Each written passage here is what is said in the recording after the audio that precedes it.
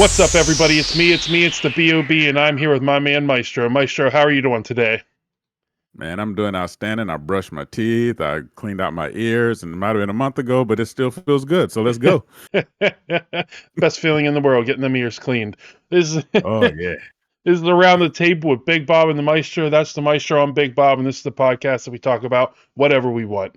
Well, we are a couple hours away from the SWFL draft. Figure we can throw our mock draft together.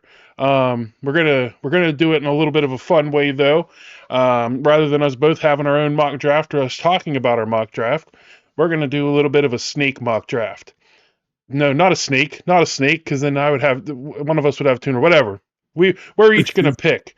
We're gonna alternate.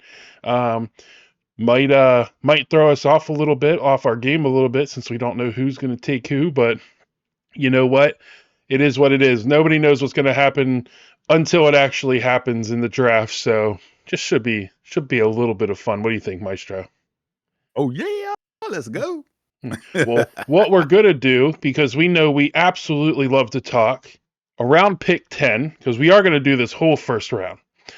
Around pick 10, we're gonna take a look at that time and see if we've hit that 40-minute mark yet. And if we do, we're going to rapid fire our final 22 picks. So we still want to get our full first round out there. But Yeah. Maestro, I'm going to let you do the honors with taking the. Oh, I am going to preface this with no trades. What it is. Whoever's on the team right now is on the team. So you look at a team like the Bengals. Is Trey Hendrickson still going to be there whenever the season starts? Probably not, but he is there now. He might be. Right. Who knows? Are they going to get the contract situation? Who knows? He's there now, so my picks are affected a little bit by who is actually on the team right now. Same. So we'll go ahead. The Tennessee Titans are on the clock, Maestro. Who you taking?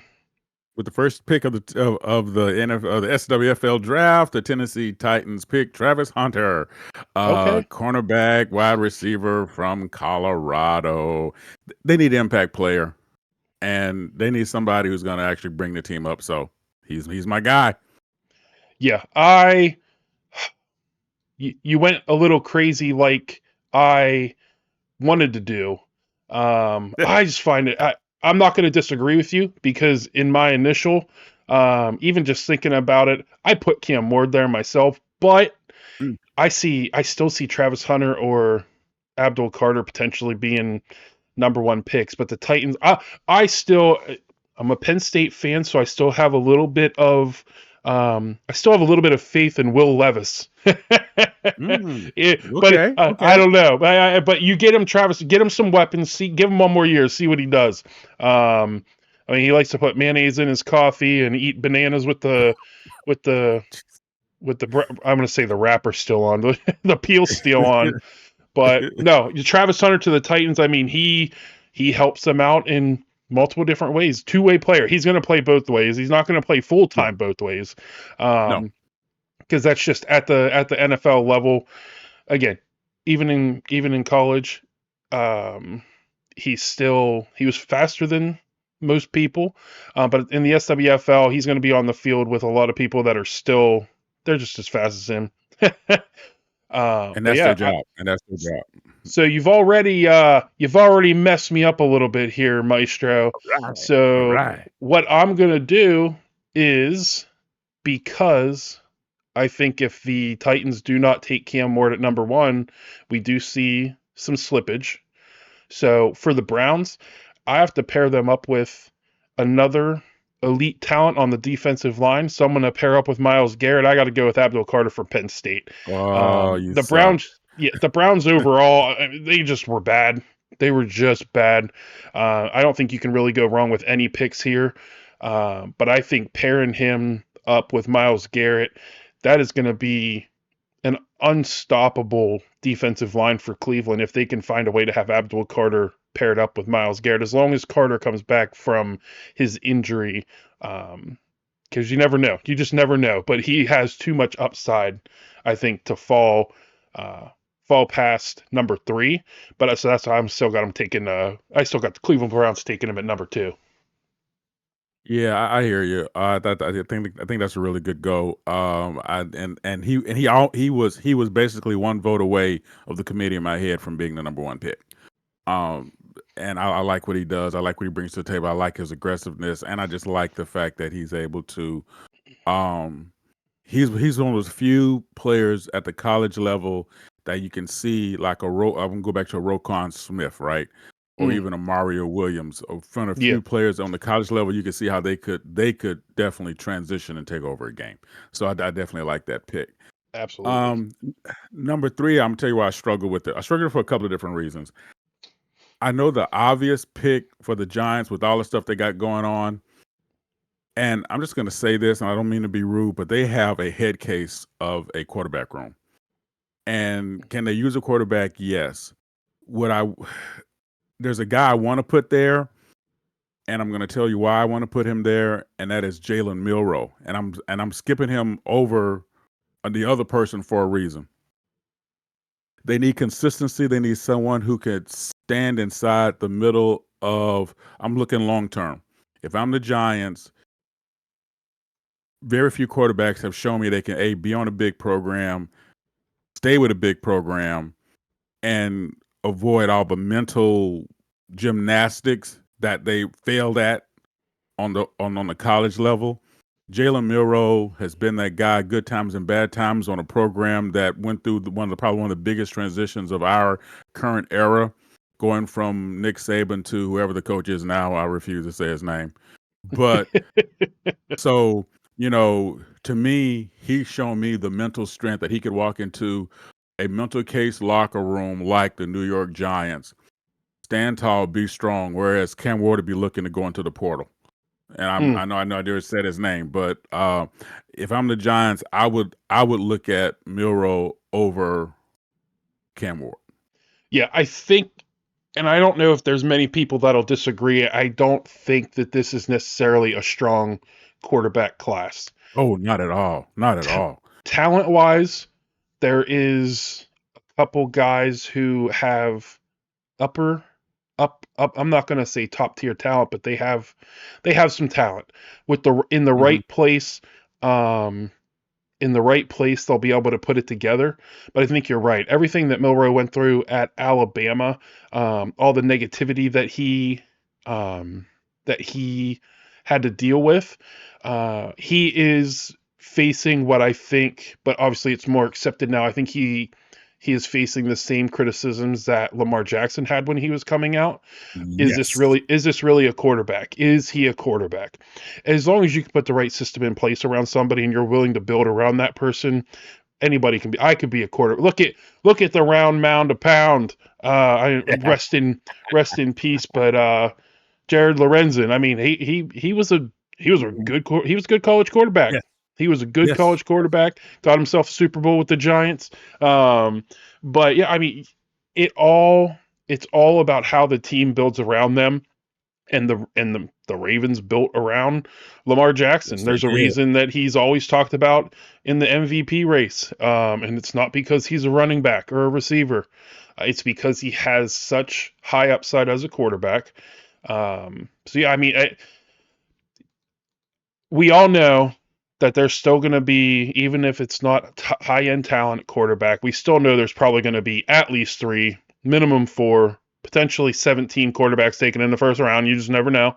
Uh, Mhm, mhm, um, mhm. but yeah, I mean, I see your point of having Jalen Milroe there at three for the Giants because I mean it's New York, and New York media is going to tear you apart. Um, Fortunately, I think for the Giants, I think people have written them off, so maybe you don't have as much. It's like let's go talk about somebody else. That But yeah, all right. Hey, So number four. So I yeah. guess I see the Cam Ward train is sliding. It is sliding, sliding, Yeah. sliding. I got the Patriots taking Will Campbell, tackle out of Mm, LSU. Um, mm. I think they need to protect Drake May. Um, Drake May is definitely, I think, the future for the New England Patriots as long as they can keep him upright. They have other needs, but with Stephon Diggs there, I'm not necessarily looking at taking a wide receiver that high. I know some people are projecting or at least expecting McMillan from Arizona to go high to a team in the top 5, top 7 range. But I do think that the Patriots need to be smart and they need to build that line around May because, in my opinion, I know people, quarterback's the most important position. Quarterback's the most important position. I don't care who your quarterback is if you have a bunch of scrubs, and I'm not saying that anybody on the Patriots offensive line are scrubs, but you can't have, it don't matter who you are, if you're running for your life constantly. And your career is not going to last very long if you're running for your life Preach, constantly. You look at, or preach. if you have to run, Kirk Cousins got an opportunity because of Robert Griffin III's running. That Boom. was more of RG3's inability to slide and always wanting to get the contact or just always get that extra yard. But you can't be a running quarterback and only a running quarterback. And you can't be running for your life as a running quarterback because then you're going to find yourself making tons of mistakes. So I got to go number 4 overall, New England Patriots, Will Campbell out of LSU. I really like where your head's at. I think that is absolutely safe. I think that is definitely a good way to go. Um, and and for all the reasons you said, obviously, that and talk about the Cam Ward train sliding. Obviously the Jaguars don't really need a quarterback, going to the next pick, right? Yep. Um, Here I'm going to say Mason Graham out of Michigan, defensive lineman. Yep. That's one thing. That's the one place where they've been hurting for a while. And just to be honest about it, and I'll shut up real quick. Trevor Lawrence, I do not believe is the quarterback of their success. If the Jaguars ever get a good ownership group that will give them a successful period, Big Bob, Trevor Lawrence isn't a quarterback for that. He to me he quasi showed that with the way he handled, despite the success at Clemson, the way he handles certain things. Even when, and I get it, his first coach was Urban Meyer, so that's enough to make you want to change your major to chess. So I get that, but but if they ever get a solid ownership group, I don't believe he's going to be the quarterback that's going to lead them to success the way a lot of people think. I will always say that Herbert is a much better built and NFL ready quarterback. If he and I think he can prove that, and I think he's been proving that. It's been a lot more consistent. That's just my thought on that. So, but right now, if they want to build around him, they need a defense, and I think Mason Green gives them that. Mason Graham. Yeah, no, I think that Graham, I yeah. agree with the quarterback thing for right now. Trevor Lawrence is their guy. I don't think he doesn't have the talent, but I think he's one of those guys. He needs a change of scenery. Like you said, Ooh. Urban Meyer, first coach there. Uh, Surprised that they even have a team anymore. Mhm. With how he ran things there, he tried to run it like a college, and it just was not. That's not going to work with 28, 32-year-old men in Mm, the locker room. You're just not going to do it. Um, mm-mm. I was Mason Graham. Definitely, I see him going here to the Jaguars at 5. They got some talent on the line, but it's not. Eric Armstead isn't going to be around forever. Um, but Graham is just. I think at this particular point, you start looking at best available player for a position of that you don't have a position. Sorry, the best available player at a position of need, and I think that is Mason Graham for them, too. So yeah, definitely see that. So number 6, we got the Raiders. I don't think there's any way around. They traded for Geno Smith. Mhm. Obviously, not having Josh Jacobs last season did Right. hurt them.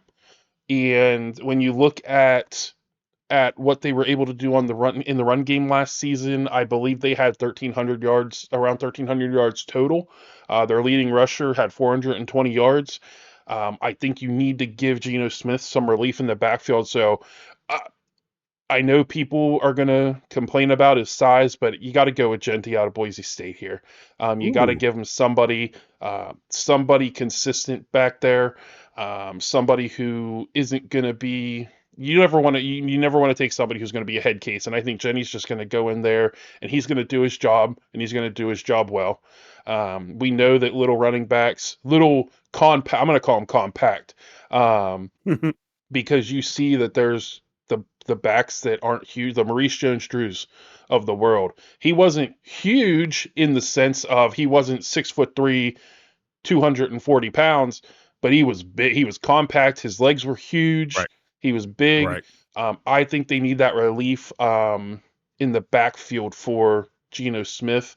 And again, they could use a receiver, corners, stuff like that. But I think that they need to worry about how can I get the most out of Geno Smith, because he's really turned his career around. And I'm hoping for the Raiders, and I'm hoping for him more specifically that it wasn't just a fluke couple seasons. I mean, you can throw together a fluke season every now and again, but he showed that if you play for the Jets, I'm sorry, Maestro, you play for the Jets. Sometimes when you leave, things are a little bit better. And no, but Yeah. Yeah. I don't see Jenny falling past number 6, and I don't see him falling past the Raiders if he's there.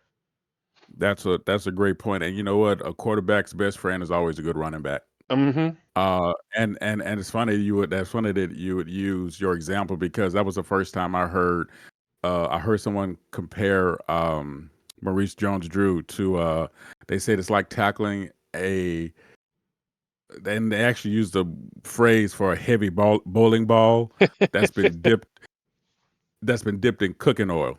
Is it that's what's like trying to tackle him, and I just Yeah, thought that's a cool phrase. I like that. yeah. So yeah, that's a great point. I like that all the way around. And you know, one day I tell you the story of Geno Smith in New York, and how he ended up with a broken jaw that probably hasn't been made Oh, public yet. So we're talking no, about yeah, that. yeah. I know. I think I remember hearing about that. It was I don't remember who it was. Was it a corner or a It was a safety that did corner it? that He was a corner that Rex Ryan, who had just got fired by the Jets and was now coaching up in Buffalo, signed him as soon as the Jets cut him. He signed him right away Yep. because everybody was on the corner side and not Geno Smith's side. I'm gonna leave it right there, and we'll move forward. We'll move forward. And speaking of the Jets, how did this work? It falls down to my Jets here. Um, it's funny. I don't believe our quarterback questions are answered, but we got who we got, and it is who he is. And Justin Fields, I think, is going to be a good fit for the way he plays in New York right now with what they have. So I want to get him a tight end. I think a tight end who's solid, good blocking, big body, and for that I'm going to go to my man Big Bob's school, Penn State, and get Tyler Warren. Um, I like the fact that Tyler is a put you through a wall quarterback, but he can also stretch the field. He has enough at his size. He's 6'6", 250. What, I forgot what he weighed in at the combine, but it was like okay. It was over 250. I do remember that. I apologize. I do remember that. But he's 6'6". He's over 250, and he played big for Penn State. I Yeah. like the way he plays at the tight end position. I like the fact that I like how he pushes it. I like the fact that he's not afraid to block. He reminds me a little bit of Georgia's former tight end, Brock. Brock Lord mercy, I can't Bowers. remember. Brock Bowers. Thank you. He reminds me a little bit of him, just a lot more fluid. Brock will be running, and he looks like he's moving the earth, kind of like one of those lumberjack guys that's like spinning the tree trunk, Yep. but he's still moving. Whereas Tyler, when he was running, you could tell this guy's got some speed on him. And and I really like that. And I think that he's coming out of a scheme that's going to fit him with what they're going to be able to do with Justin Fields in New York, more so than other tight ends that might fit the same body build and be a little smaller. Yeah, I mean, they need every quarterback. You say a quarterback's best friend is their running back, and I do agree. But I'd say their second, very, very close best friend is a tight end that you can just, if you panic, you got that safety net right there. And I think Tyler Warren has the opportunity to be one of the best safety nets of a quarterback can have. Again, little bias as a Penn State fan, but I mean, this is a guy that literally did everything for Penn Mm-hmm. State. And he's a guy Mm-hmm. that you always think of these gadget players as these little fast 5'11" guys that you can play anywhere. He can play every single position.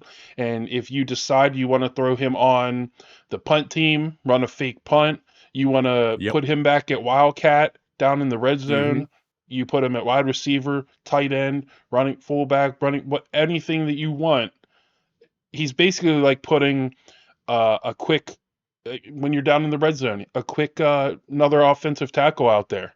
Yes. He can do all of those things for you, and I do think for the Jets, I think that would be a good pickup for them because they still have. I know he's not happy, but what's the receiver's name out there, Maestro? Oh yes. Not Chris Goodness. Olave. He's with the Saints, but No. it's another Ohio State receiver, right? Right. Mm-hmm. Oh, And I'm I can't brainstorming too, remember and his I name off the top apologize. of my head. I feel stupid for not remembering his name off the top of my head, but he's got talent. But I know he struggled with Aaron Rodgers, and Rodgers isn't there anymore, and I think that that's going to make him a little bit more happy. Um, but yeah, Garrett Wilson. Garrett. Well, yeah, Garrett. Well, there you go. Um, Hmm. but yeah, having another target for Justin Fields, and I think Justin Fields is going to look down for that safety net a lot more than people probably expect him to, or he Mm-hmm. should, because he's not a top tier quarterback, but he still has talent. He was still the number one rated quarterback coming out of high school. Obviously committed to Penn State, transferred to Georgia, transferred to Ohio State whenever he didn't get that time at Georgia. He's been around a little bit. That's my only concern with Fields is I'm sorry. Did I say so? my only concern is the volatility of his mind. But I think that Right. as he has gotten older, I do think it's not a concern. It's more of I'm still mad at him for decommitting from Penn State, and Right. I Right. don't. He's stupid. I got you. Yeah. No, but yeah. So moving on. So number 8, Carolina Panthers. So there's a lot of different ways that we can go here, but I did go with somebody who I think could do well in that 3-4 scheme for them as a linebacker, Oh, edge rusher, and I'm actually going with Jalen Walker out of Georgia. Um, nice. the fact Look, that look at that. Look at that. um, Georgia always produces talent. The fact that the Hmm. first Georgia player coming off the board at number 8 seems a little crazy, but Yeah. but I do think that really the Panthers need a lot of help. But really getting that defense, they're not giving up on Bryce Young yet. Um, they need to get some talent around him to see if he really is the future. But it doesn't look like they're giving up on him. They benched him last season for Dalton, I believe it was, and it didn't turn out the way that they really hoped it would. But I think that they need to get that defense together because you always say defense wins championships. I Hmm. believe they still Hmm. got Jeremy Chin, who is kind of is growing into his own. Not saying he's the best, but I always remember. I believe he was it the one game he had like 2 interceptions for a touchdown, 2 fumbles for I don't know, whatever it was. But Yeah. they need to shore up the defense, and I think getting somebody who is athletic and can really get to the quarterback is going to be necessary for them, and that's why I think Jalen Walker, he just has so much talent that I don't see him falling past the Panthers at 8 if he's still there. Yeah. And you know what? And I'm glad you caught me on that because I really in my book, I actually would have put him with Jacksonville earlier, because of what he's able to do. It's just their defensive line, their pure defensive line is just was so much trash. I'm going like, you'd be wasting him in Jacksonville, and I wouldn't blame Jacksonville for taking. I mean, I wouldn't blame. I mean, if I'm Jacksonville and he's there, I would definitely take him. But we both talk about how we draft. We draft according to need for what they have, and that's where it goes. So that's a Yeah. great. I think great pull by you. Um, So to the New Orleans Aints, New Orleans Paints, the New Orleans that team. I'm sorry, I'll be nice. New Orleans Saints. Cam Ward finally comes off the board here. They need a quarterback, pure and simple. The team's a head case right now for a lot of different reasons. They got out of cap hell to get back into cap hell. I'm sorry, can we say hell? I already did, so I didn't mean to say hell if hell is a bad thing. So I apologize for saying hell if I'm not supposed to say hell. But they got out of cap hell to get back into cap hell, and the idea of this team right now, which is basically like a etch sketch on the back of a riding lawnmower, you have no idea what's going to come out. Him going there, I think he's not going to be the calming presence, but he's not supposed to be that. They have Alvin Kamara. They have a bunch of other players there who knows how to make it work. And I think there's enough offensive talent around him there that's veteran talent that can rein in his instability and help him fit in the New Orleans system and help him produce. And I think for the first time would give New Orleans a legitimate quarterback, not a scheming quarterback, not a gadget quarterback, but a legitimate quarterback. And I think he would best fit there at the Saints. Yeah, I had another quarterback here, but we're going with Cam Ward. I think with Derek Carr's career in question right now with this injury that popped up, I think they have to do something now. They've played with Taysom Hill for so long. I mean, he's just whatever they want him to be, but he's not the quarterback of the future for them at all. So I think Cam Ward going here to the Saints. I don't really think they have another option right now. If Derek Carr was healthy, then I see them. I still didn't really see them passing on a quarterback here, but I think that they would be more likely to look other places if Derek Carr was going to be healthy. But with his whole career in question, they need to start looking to the future now, and that for Cam Ward at number 9 for the Saints, I think it would be a good fit for them for sure. Swinging it over to the Chicago Bears.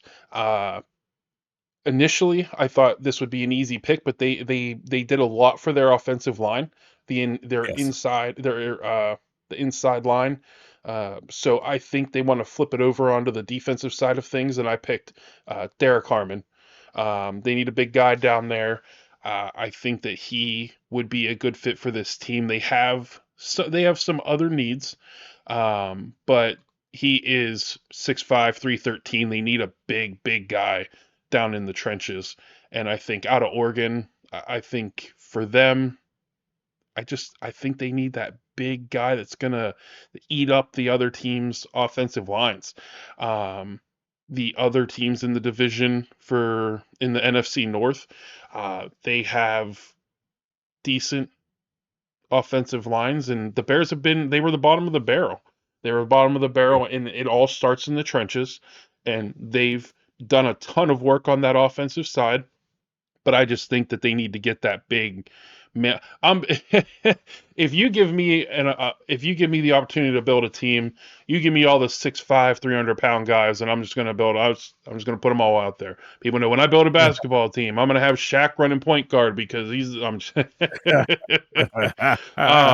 but I do think for the Bears, I think that I'm not going to say they solidified that offensive line, but they improved it significantly through trades. So I do think that they want to flip over again to that defensive side. I'm going to take the big guy out of Oregon, Derek Harmon. I like where your head's at. I think that's a really good call. I think it's a smart call, and I think, and again, for everybody who's watching this now, and Big Bob and I are being logical about this. We know it doesn't happen that way in the draft room at all, so just understand that that's where that's coming from. Packers drafted Aaron Rodgers when they still had Brett Favre. You never know what's going to happen. Obviously, they needed the future. They needed the future, but that future wasn't right then because I think they still got 4 more years of Favre. Exactly. You just never know what somebody is going to do whenever it gets to that point. If you're the Vikings, sometimes you forget that you're up and you lose your pick and you have to pick a couple picks later. It happens. Oh yeah, search that video for draft night Please when don't. What a disaster. You got oh I that, know. the love boat. I mean, you just, man, Oh, I man. know. But no, I mean, A disaster. I know people look at the Bears and a lot of people say the safety positions are a need for them, and I don't necessarily see it right now. I mean, they could get younger. um Biard is 31, but I mean, they got Brisker on the other side, who, as long as he's healthy, I think is going to be solid.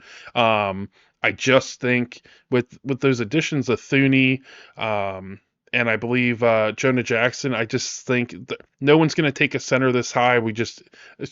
If there Yeah. was one that was extremely talented, we would see it. But you just see centers and really guards as a whole, just they don't really they're falling more and more in the draft. But we say that about running backs, that no one's going to take running back in the first round, and we've seen an uptick lately in the last couple of years that people are Yep. willing to do it if the talent is there. um but yeah, so Well, I well, go ahead. well. You know the new rule. I mean, but Big Bob, you know the new rule, baby. I'll draft you high, and I am going to run you without an oil change until the engine seizes, and Yeah. then get rid of you and just get another one.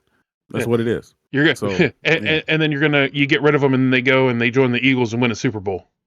yeah. Well, now keep in mind though, it was the Giants, so let's just say we're not exactly dealing with Mensa in that room. But so I'm too soon. Okay, too soon. My bad. My bad. Okay. And speaking of Mensa, the 49ers, there's so many reasons for me not to like them anymore. And personally, so I had to really dig my head out of this. I don't like the way they're treating Brock Purdy. I get that out the way right now. Um, but I really think here they need somebody who can shore up the defense. Kyle Shanahan is always about the offense, and his defenses have always been, along with some decision making, as Atlanta with 28-3 against the Patriots, but that's another story. Um, to the idea for Kyle Shanahan here, who has been so close so many times, he's always fallen short on the defensive side, not been able to mostly stop Patrick Mahomes, but that's another story too. Will Johnson out of Michigan, cornerback, big cornerback, 6'2". I think he's cracking almost 200 pounds and still fast. Um, I feel like this particular move will help shore up because, in my opinion, other than maybe one position on the offensive line, everything that them 49ers need is defense. Yeah. So if I'm going to be a defense, I want a guy like Will Johnson, even though he played at Michigan under that guy whose name I'll never say. He he he showed the ability to shut down half a field. Yeah. So with that, I think that he would be a great fit for the 49ers. I think it'd be a great place for him, and more importantly, I think it'd give them the solid piece that they need to not lose as bad in the Super Bowl again against the against the Chiefs as they would have before. Not lose Sorry, as too bad. soon. That's always, you want to lose a little less and a little less every single year.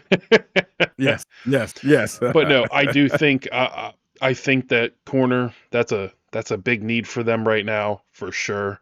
I cannot disagree with that pick at all. It's where I had him anyways. I know that I think some people might look at him being the first corner that goes off the board. That's the thing. This this particular draft class, there's so many players at every single position that Mhm, you can mhm, just swap mhm. out the top 3 or 4 players at those positions, and you can't really complain. And I think Right. corner is one of those positions personally. Um, but I do think that Will Johnson is a good fit here for the 49ers. You're right. They need to figure something out to stop Patrick Mahomes. And I mean, I know what needs to happen if people want to stop Mahomes, and that's get rid of his legs, his arms, his brain, everything. But I Yeah. mean, the guy proves everybody wrong every single year. I do. I hate to, it hurts me to say this, but I do think that he will go down as the greatest quarterback in the history beyond Tom Brady. Um, simply for the fact that, but Brady did the same thing. Like on offense, he did things with nobodies, and he wasn't as. Right. I'm reversing Right. what I said. Tom Brady is going to be the greatest quarterback of all time forever. I just talked myself out of it.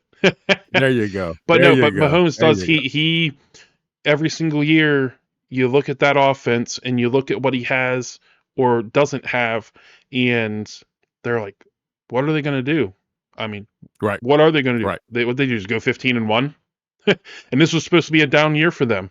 They were Yeah, supposed to. exactly. They weren't supposed to win that division. That offense was supposed to be so bad that they weren't going to win the division, and they made it to the Super Bowl and they were 15-1. There you go. You can't bet against him anymore. You just can't. No. But I'm gonna jump to the Dallas Cowboys at number 12. I changed my pick a little bit here. I think, and this is more because I think of what they are probably going to do despite the additions that they had in the running back room. I do think that they're going to take a running back at 12 if Omarion Hmm. Hampton is still there. Mm-hmm. I did have him dropping down to 20 to the Denver Broncos, which running back would be a big need for them. However, I just think Miles Sanders hasn't really lived up to what people thought he would live up to. True. And they brought in Javonte Williams, I believe, from the Broncos. They aren't superstars, and people think that Omarion Hampton can be a star in the NFL, SWFL. Sorry, I don't know what the NFL is. Don't shoot me. Um, um, but no, I do see. There's just so much talk about the Cowboys taking another running back, or taking a running back, because they had stability for so long. They're one of those teams where you look. They had Emmitt Smith for so long. They had Ezekiel Elliott for so long. They had that 1-2 punch with Marion Barber and Jones, I believe. They need to find that stability again, and they can't just keep rotating in. People say like you can find a running back anywhere. You can find a running back anywhere. You can, Mm-hmm. but you're not going to find an elite talent anywhere. And yeah, if you run them without changing the oil, without giving them a break, they're going to fall apart in a couple years. But I do see the Cowboys again. I don't necessarily agree because they did just invest a little bit in that running back room with Williams and Sanders, but I do think that we see Hampton.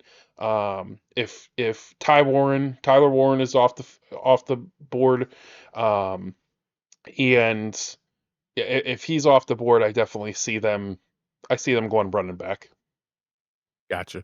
I like it. I think it'd be a smart pick for them for all the reasons that you articulated, plus the fact that I think their scheme of play fits where he's also coming from too. I think and I do not make that light aside, especially when it comes for a running back who is probably the most left out person in offensive schemes lately. Even though I know they're coming back to the running back, the fact that he's coming to a scheme where he could be used the way he plays, blocker, relief out of the backfield, screen plays and stuff like that. I think where he's coming from fits where he would go here, and I think he would be instantly comfortable. And if anything else, he might even become a leader really a lot faster too. I agree with you there. On the other side, here the Dolphins, with Tua Tungo for Coma. I mean, sorry, too soon. My bad. I didn't mean to be mean. He needs somebody to keep his backside off the ground. Boy, did that come out wrong too. And Will Campbell, LSU, 6'6", 311 pounds or whatever he is. I think he's a guy that can shore up that offensive line. Maestro. Yeah. We can't draft him Uh-oh. twice, Maestro. Oh, Remember. we did. Wait. I apologize. Remember. You know what? I am so. Thank you. I know thank you for catching me. I know he's a big guy, but he doesn't count as two, Maestro. Oh, thank you for that, boo. Thank you for that. So, okay, you know what? And I'm looking right at it too. I'm such a monkey. Here I'm gonna go with Kelvin Banks. Okay. Kevin Banks Jr. 6'6", 300 plus, big program, offensive line. I was struggling between him and the cat from Missouri, whose name I Yeah. can't remember right now. Armand Membu. Thank you. Yeah, I was struggling between those two, and the reason that I'm going to go with Kelvin is Texas. I know Missouri's in the SEC, but Texas played big ball all year, and their offensive line was something to behold. And I think Kelvin Banks is definitely the player for that. Can play in the big games. The lights are not going to bother him. The fact that he can step in really early, the way he was a leader on that offensive line, I think is going to make a difference too in Miami too, to help to be an anchor for that line and help them settle. And we can send the other half of Will Campbell back to, I believe I drafted him with the Patriots, right? So we can send him back there. But yeah, no, so yeah, that's my guy. So that's my guy there, Kelvin Banks Jr. Yeah, I mean, they definitely they need to protect Tua. Kelvin Banks Jr. I think that's a good pick for them.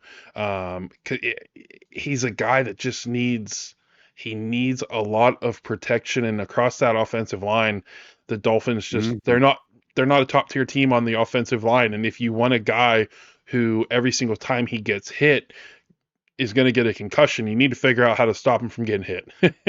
Sometimes Absolutely. that's of his own accord. Sometimes too, he needs to learn how to not take a hit.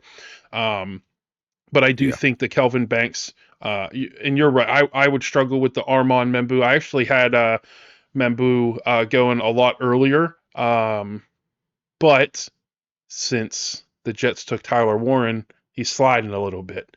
So yeah, but Kelvin Banks for the Dolphins definitely I see as being a big fit, a good fit for them. Um, so with Kelvin Banks going there, we got the Colts up next, sitting there at pretty number 14. I am gonna struggle a little bit with this pick because I think they have not a couple. They have some significant concerns on the offense, and that is from Mhm. top to bottom. Mhm. Anthony Richardson doesn't have any help there. So we Mm-mm. can I don't expect a whole lot from him. They got Jonathan Taylor. That's about all they have on the offense to help him out. You got Drew Ogletree at tight end. I mean, this is a guy who last season had 109 yards.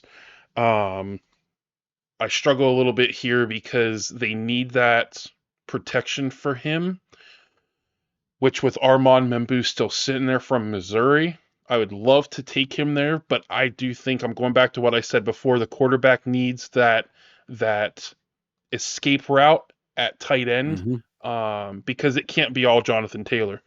So Right. I am going to go with for the Colts here, Colston Loveland out of Michigan.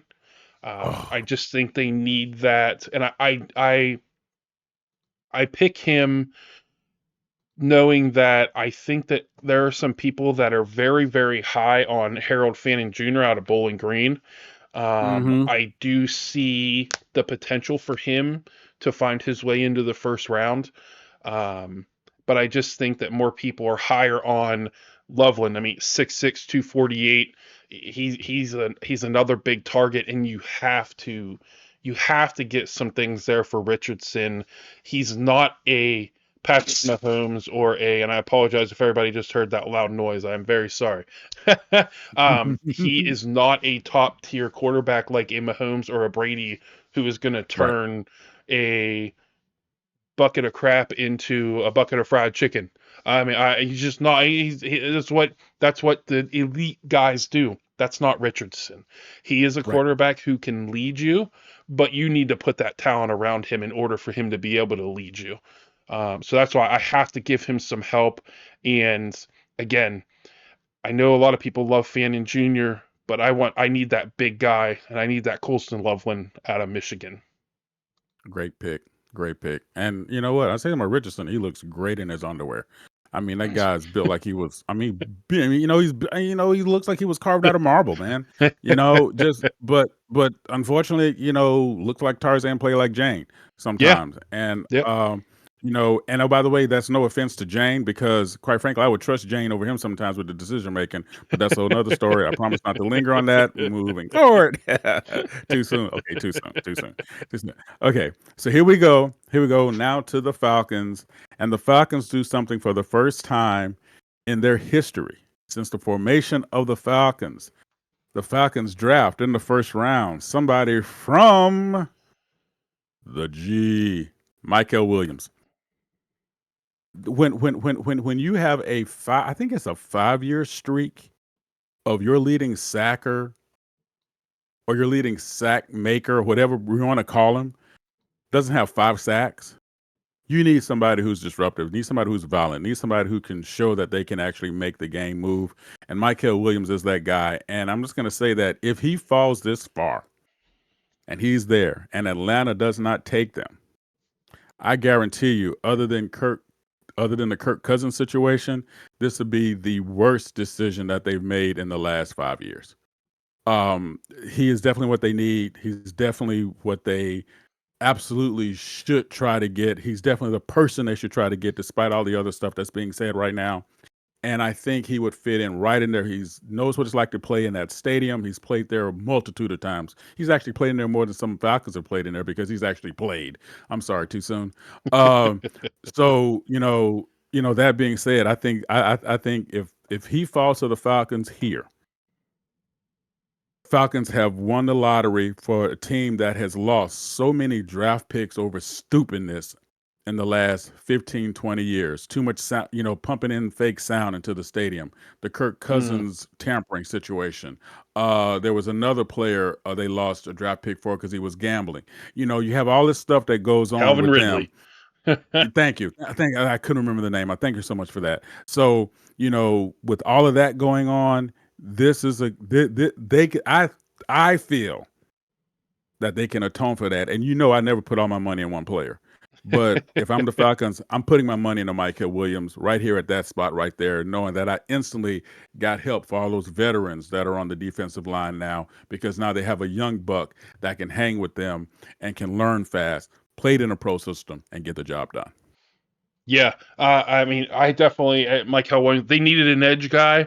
They definitely needed an edge guy, and I would be stuck between him and Mike Green at that point. The struggle, though, and we're always going to have that struggle with those small school guys, is who have they really, really played against? Yes. So Yes. you're only going to have.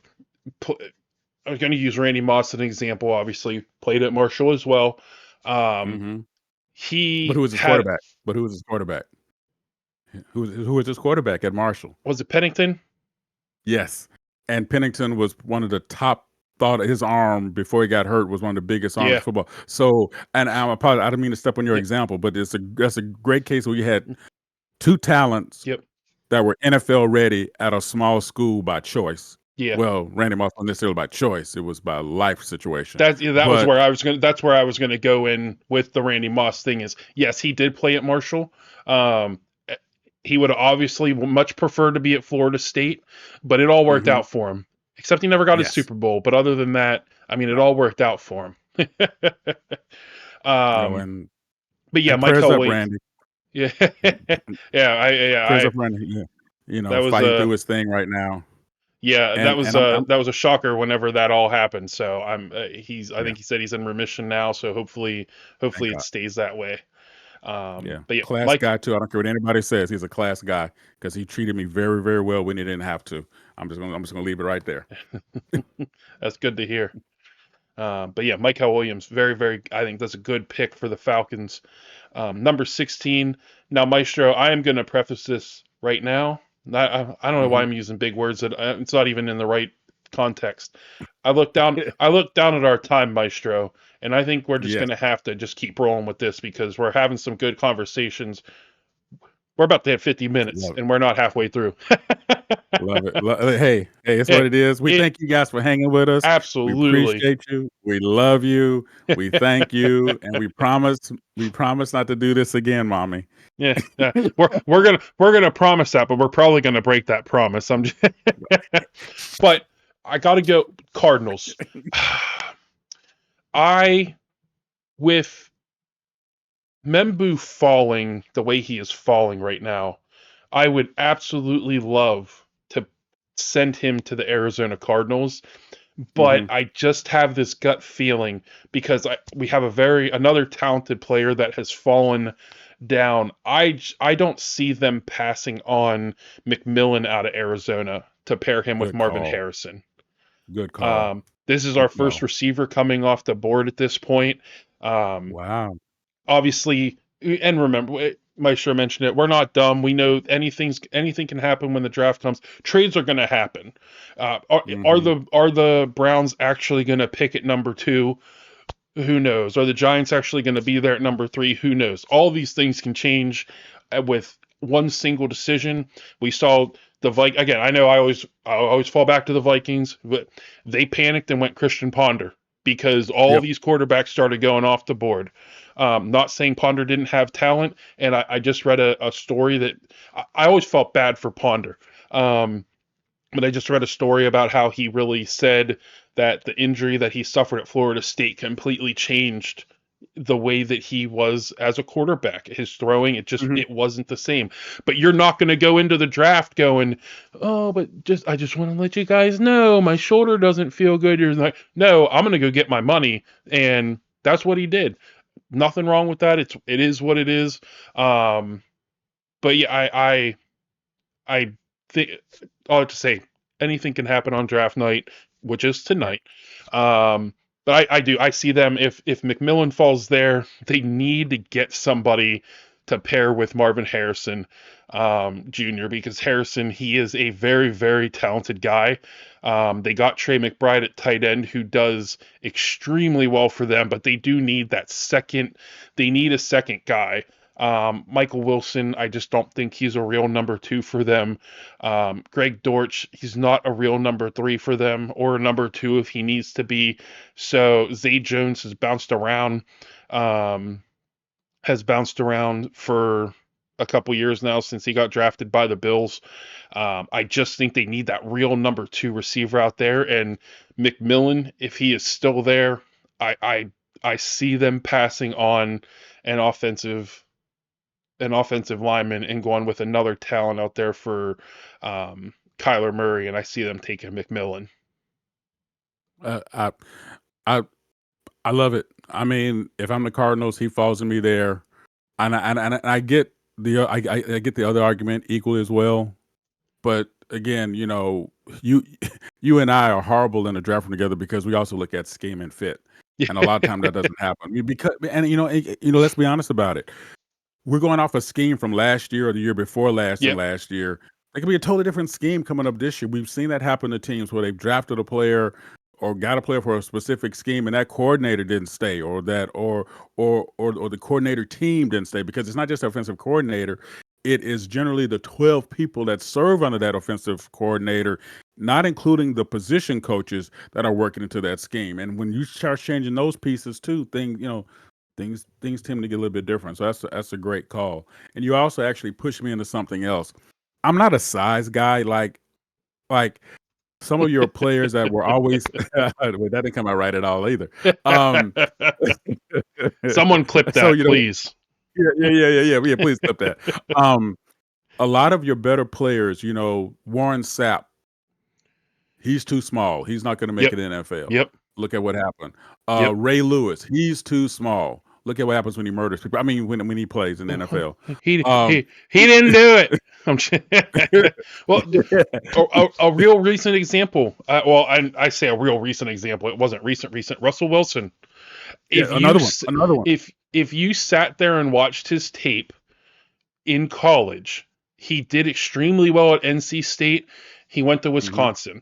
People would hmm always say he's too short. He's not going to be able to see mm over the offensive line. Blah blah blah blah blah. Go back to that Wisconsin Thank you. team, and the only team that had a bigger offensive line than Wisconsin, who was it? Take a It guess. was it was Alabama, right? No, it was the Detroit Lions. Oh my God, that's right, that's right, that's right. Oh, The I forgot about. Detroit Lions Yeah. were the only team that had a bigger That's offensive line right. than That Wisconsin is did. right. A pro That team, oh, the only team. and, So you and I tell remember me, that article. yeah, you tell me he was too small to play quarterback. He was already doing it against probably the biggest offensive line he was ever going to be behind, that anybody is going to be behind. It just Jerry Rice, not huge, not Mhm. fast. Not You fast, look at all not these. huge. But Oh, the players' hands. I forget who the lineman is this year that they were just talking about. Oh, his arms are too. I think it's yeah, yes, Mason. I think it's Mason Graham. Arms are Mason too Graham. short. His arms are only 32, and it's technique. Technique Yeah, trumps it's everything else. Everything else. 100%. And Everything. and and and fam, if you guys want to live some stories, I know we're doing the time thing here. Go back and look at when Warren Sapp was drafted by Tampa. They talk about the very first day of off-season workouts. He walks in and he's resetting the defensive line himself. He is telling the defensive coordinator and the line coach, blah, blah, blah, whatever. You guys did this before. But I mean, he obviously done his homework. The other thing, Ray Lewis, one of the first draft picks of then the Baltimore Ravens when they moved from the Cleveland. Yeah. Very first day, off-season workouts. And they're trying to figure out, where's Ray Lewis? He was kneeled down in the middle of the defensive huddle, resetting the scheme. Just drafted rookie, already garnering that respect. So please, size ain't nothing but a thing. And you're right, it's about technique and about brains. And I said all that very long preference that I was helped out with my man Big Bob with, the idea of here, I see the Bengals taking Jahdae Barron, cornerback out of Texas. He's on the smaller side at 5'11", but he is also built like he just got carved out of granite by Michelangelo, and is fast. And he likes to hit. The other thing that I like about my cornerback, likes to Yep. hit. And the only comparison that I can kind of get to is if you take a look at, and this guy was drafted by the Jets, and he came and left. It came and left, came and left. You guys know what I'm talking about. Darrelle Revis. Darrelle Revis was not that tall of a cornerback, but he was built, and he was fast. Now, in all fairness, Darrelle Revis, I believe, was 6'1", so 2 inches. Size matters. Never mind, too soon. But in this particular case, a guy who played at a big time program, proved throughout the 178 game college season that he likes to hit. If I'm Cincinnati's a train wreck anyway, for crying out loud. No offense, but if I want to build my defense, I would not mind taking a chance with this guy, especially this late down in the first round. Yeah. Yeah. No. You can't. He is a guy who, just based off of some other things, I had him falling a little bit. Not necessarily him, but again, Yeah, just right, looking, like right. you said, looking at schemes, looking at the real needs of the team. Because some of these places tell you what the team needs are, and you go and look at it, and you're like, what do you mean they need a? What do you mean? I'm gonna go. I know I'm gonna contradict myself a little bit. The Cowboys team need, Right. their second highest team need is running back. I don't think their second highest team need is running back. Again, they brought in players just now that they think Yeah, are I don't going get to that. be down, but still, I still think Hampton's going to go there because I think that Jerry Jones is going to listen more to what other people say than what he should actually do. He's done it for years. He needs to get full I ain't control missing over to a glory center. hole. So, um, but Barron, I do see him being a good pickup for the Bengals. Like you said, they have a lot of talent. They just need to Mhm. get their heads on right.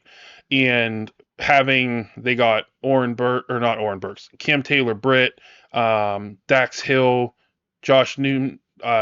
You start going, like, you're like, they got who? Who is their Exactly. Exactly. secondary?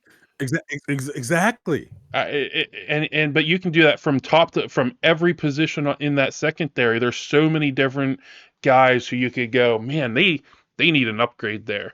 But their defense, outside of, I am going to say it from top to bottom on their defense, if they can't keep Hendrickson, the Bengals, I don't care how much talent they have on offense. Like you look at that, and you look on paper, and you would love to have that offense that they have. Chase, Higgins, Mm-hmm. Gesicki. I know he hasn't necessarily lived up to the hype, but he's got a lot of talent. Even that offense, Orlando, they stole Orlando Brown Jr. I think he's a Mm-hmm. high talent. They have so much talent on the offensive side, and then you look at the defense and go, why do Is he we even really like? junior? It's Is not he? Joe Burrow's fault. Yeah, Joe I know. Burrow is not the problem in No. Cincinnati, and people love to say, I know he had a lot of hype coming in, made it to the Super Bowl, but then they start to, oh, Joe Burrow can't. Everything is not the quarterback's fault. If you score 40 points, and they did this to Josh Allen years ago in the AFC Championship game, you can't Yep. score 40 points and then the other team scores 42 and you go, oh, the quarterback, we had a better Yeah. quarterback. Your quarterback He clearly can't did win their the big one. job. He can't win the big one. Can't win the big one. You need help. Nobody can do it alone. Brady had great defenses. There is something. Nobody does it alone. Patrick Mahomes didn't win championships alone. Brady didn't win them alone. Peyton Manning didn't do it. Nobody did it alone. Montana didn't do it alone. Troy No. Aikman didn't do it alone. Just you keep going down the list. Nobody did it alone. Dan Marino never got over the hump. He couldn't Nope. do it alone. Not saying he didn't have talent there, but there wasn't enough help. Yeah, Um, and and also didn't help that he wasn't liked.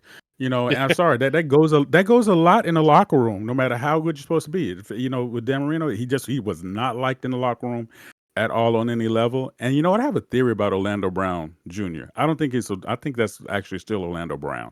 I think he cloned himself, and because and I think he took the old school Kool-Aid packets because that was a super soldier serum that Captain America had. There was a bunch of Kool-Aid packets. You find that right mix of grape, red, and everything, and cloned himself because you. Sometimes I look and I find myself thinking it's him again. I'm like, how can that be? Wait, he's faster than his dad, right? Unless I'm just crazy, but he's faster than his dad. And his hand technique, I think, is stronger just because of conditioning. But man, they look. I mean, if you AB Orlando Brown and Orlando Brown Jr., tell me, other than the quality of the video, that you cannot tell those guys apart.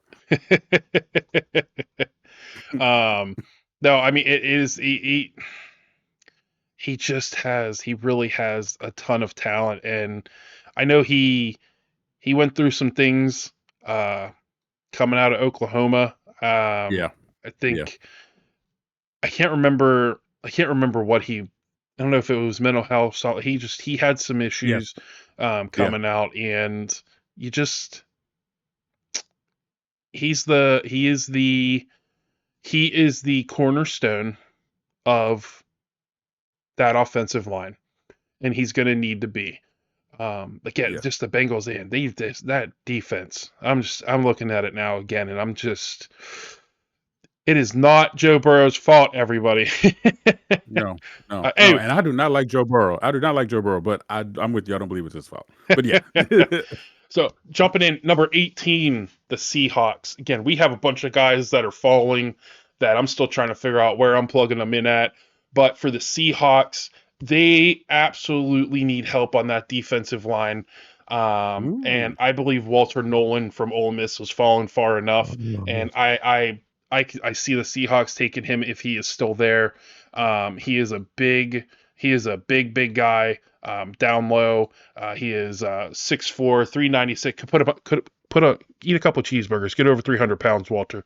Yeah, But he's give her 6'4", give her 300. 294. They need some help on that defensive line. Right Mm-hmm. now, they have Brandon Peely there. He had how many tackles last season? One solo, Oh, one one. assisted. Yeah, He had 2 total tackles. That's not the guy. I mean, no, your current top defensive tackle has 4 career total tackles. That's not the guy that you can trust right now. right. Maybe they see something in him, or again, they're going to draft somebody. There are some good defensive tackles, I think, in this draft class. And again, Walter Nolan, he has fallen far enough for me. And I have to, the Seahawks, they need that. They have a couple different needs. Wide receiver, not necessarily one of them right this second since they brought in Cup. And I think Cooper Cup and Sam Darnold. Sam Darnold needs somebody. I mean, this is where you look at all these different places. Again, we talked about people say, "Oh, this is what their need is. This is what their need is." The Seahawks have some decent talent for Sam Darnold to throw to. Is it what he had in Minnesota? Absolutely not. But you got Jackson Smith, Cooper Cup, Noah Fant. He has some solid players there to throw to. So that's why I think they have to. I personally think that their biggest need is that defensive tackle position. And you can't, if you don't have a good defensive line, again, it's all about the trenches. If you don't have that good defensive line, you have somebody like Brandon Peely in the middle there. It doesn't matter what your offense does. You're not going to do a whole lot with anything, really. So I think, again, Walter Nolan, the false stops there, number 18 to the Seattle Seahawks. I like where your head's at, and that sounds funny. Just to make it quick and dirty, yeah, right. The idea here, that was the first time, everybody, that Big Bob and I had different set of needs for the team, because I had them really needing to fill the offensive line with what they have going on, and the fact that he felt so strong about defensive line. I love the argument, and it would be great if we had a real format. We could argue that out. If we did like a team a day, we could definitely argue that out. I think that would be so much fun. As a matter of fact, that's our goal next season. We're gonna break up the draft into little bitty pieces and do a litigious tort argument across our picks each day, and just release one every day. So that's our promise to everybody. Hey, if you want, let's break the rules a little bit. We're an hour and 6 minutes in. Nobody's watching anymore, Maestro. Yeah. Let's break the rules a little bit. I do not disagree that the offensive line is a huge hole for them either.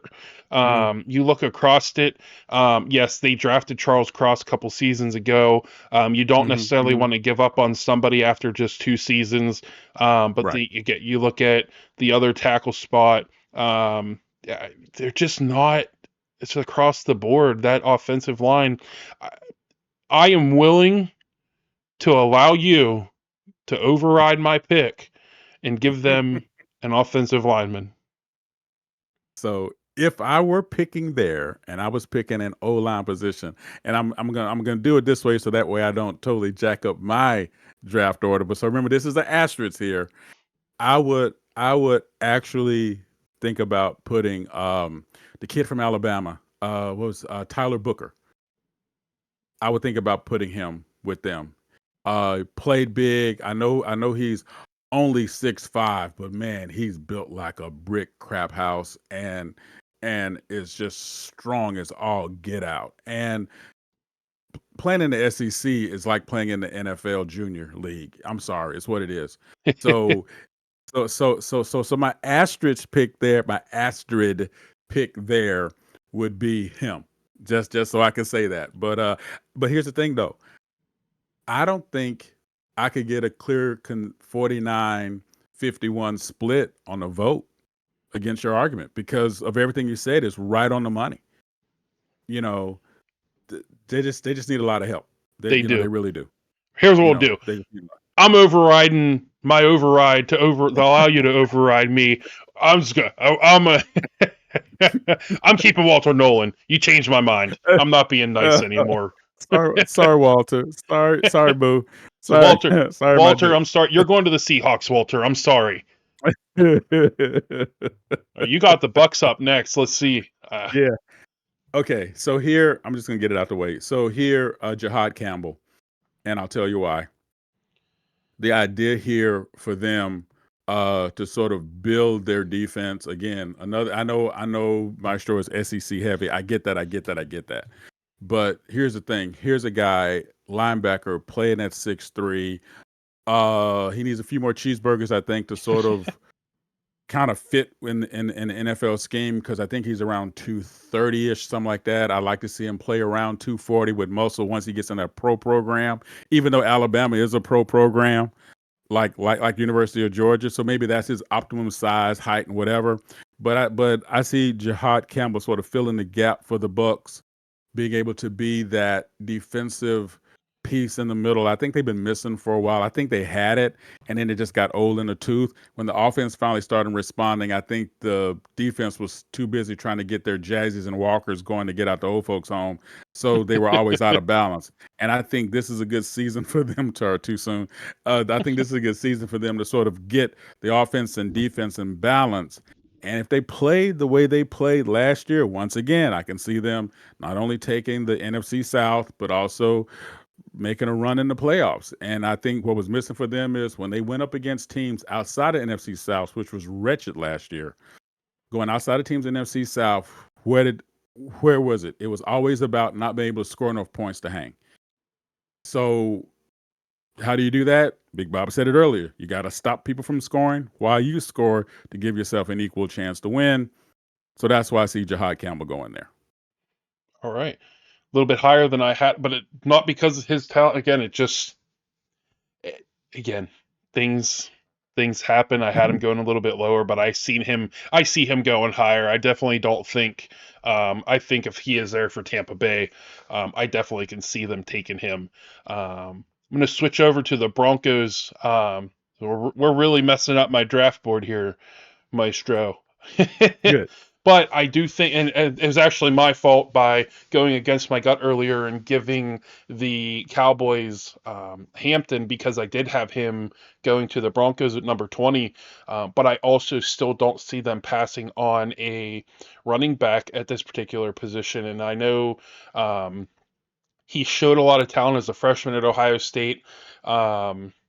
And I think that there is an opportunity that Travion Henderson does find his way into the first round of this particular draft. And I do think that if he does, if Hampton is already gone by the time the Broncos go and pick, I do see Travion Henderson going at number 20 to the Broncos. They need some Gotcha. help at running back. They really, I believe that, let me see.